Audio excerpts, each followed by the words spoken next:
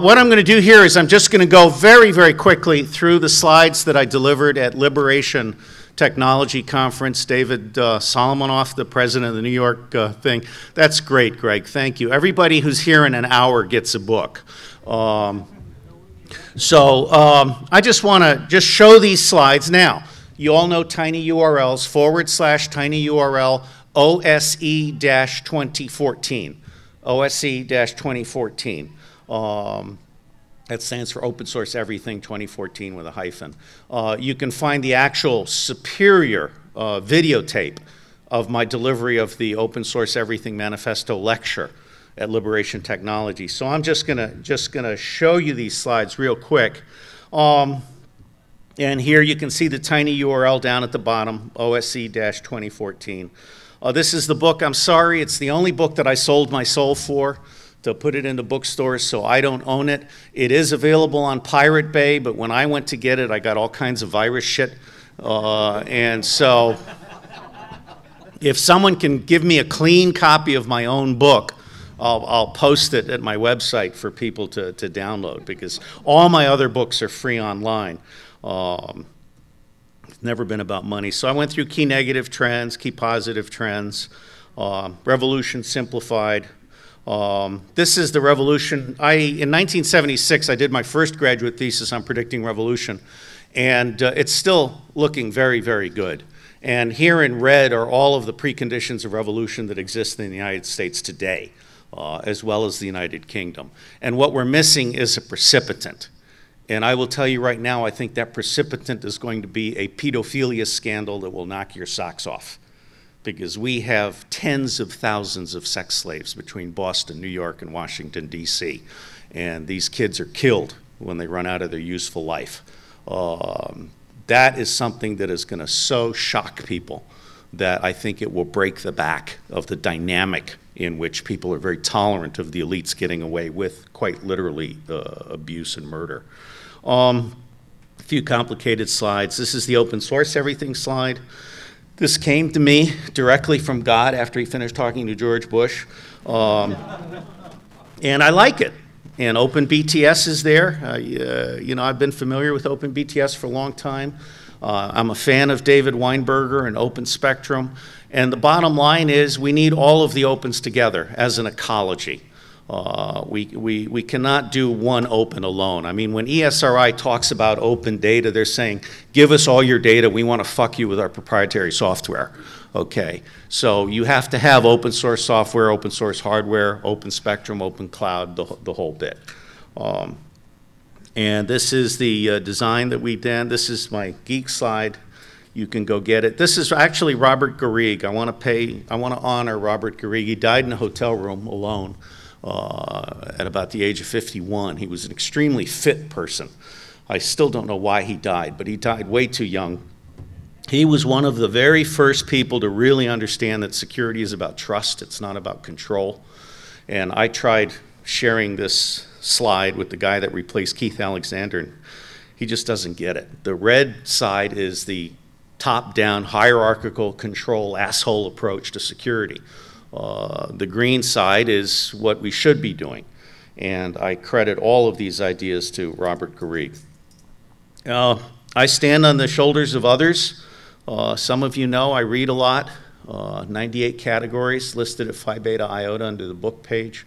And these are some of the lists that I've put together. And two books in particular that have really impressed me this past few years are Governing the Commons, which the lady got a Nobel Prize for demonstrating that essentially hybrid governance and governance in which the people themselves are developing the rules and also doing the monitoring and the policing.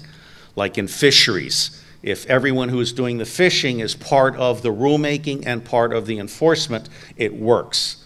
On the other hand, if you have hired thugs from Blackwater, it doesn't work, okay? And then Stop Thief.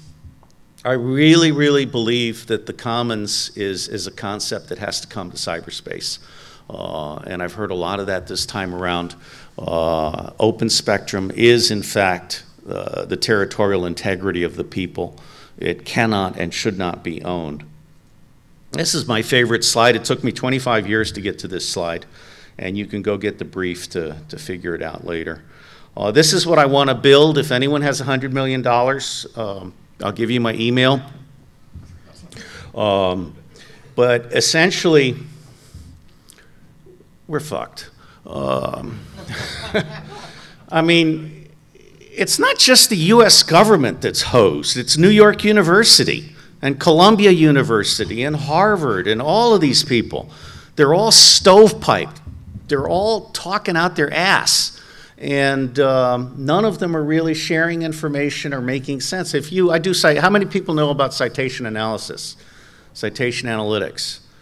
All right, well, as a freshman in college, I knew more about citation analytics than the vice chairman of the National Intelligence Council 20 years later. This is not something academics do, and they should. Citation analytics means you use the social science citation index or the science citation index to find out who the fuck is writing serious stuff. And that's based on citations. And so you create a list of the top 100 people in your field or domain, and then you start following that out to the other disciplines. And then you interview those people to get to who are the top people that are not publishing. And that's how you actually get to a grasp of ground truth.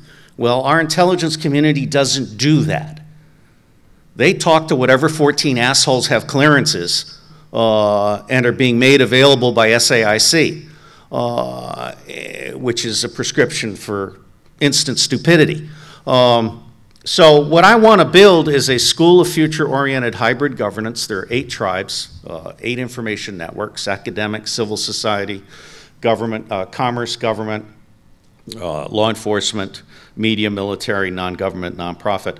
And I want to build the World Brain Institute, and these are the 4 things. I own 3 of these 4 URLs. I don't have .edu yet. And I want to build a global serious game. Medard Gabel, who was the co-creator with Buckminster Fuller of the analog world game, I paid for him to build the architecture back when I was a minor millionaire. I paid for him, which I'm not anymore. I'm selling these pins for $10 each, if anyone wants to support me getting back home. But I paid for him to design the architecture, and for under $5 million a year, we can create the world brain. I mean the global game, the piece that actually has true cost economics and all of the actual feedback loops and relationships between things, like water. We all know Keith Alexander is an evil person, but he's also much stupider than you might realize. The NSA Center in Utah, which is a water-starved state, requires 1.7 million gallons of clean water every single fucking day to cool. Okay, what kind of moron puts a supercomputer center in a water-starved state? Okay, so these are the kinds of things that true cost economics helps you think about, and you have to actually take it into serious consideration. That's some real estate I want. The United Nations has lots of problems, but this is the big picture. And that's the end of the slideshow. So, who has a question? Yes, sir. I was going to go to the mic. Oh, God, damn, we have a genius in the crowd. Thank you. I'm honored by your interest. Can you say something about open news versus corporate-owned news agencies? Why is there feedback on that thing? Say something about open news as opposed to corporate Robert Murdoch or Rupert Murdoch. Okay. One of the really things, I got into open source intelligence when I created the Marine Corps Intelligence Command. I was the senior civilian, and I spent $20 million on access to top secret everything. And then I had, this was 1988 now, so I had one little PC with access to the source. Okay, back in '88. And inside of a week, my analysts started lining up for that. And I said, what on earth are you doing? And they said, there's nothing in the secret database about Haiti, Burundi, Somalia, or whatever, okay? So one of the problems we have with the secret system is it is very narrowly focused. And it's based on secret sources and methods that are like a Cadillac running on a superhighway between Moscow and Washington, D.C.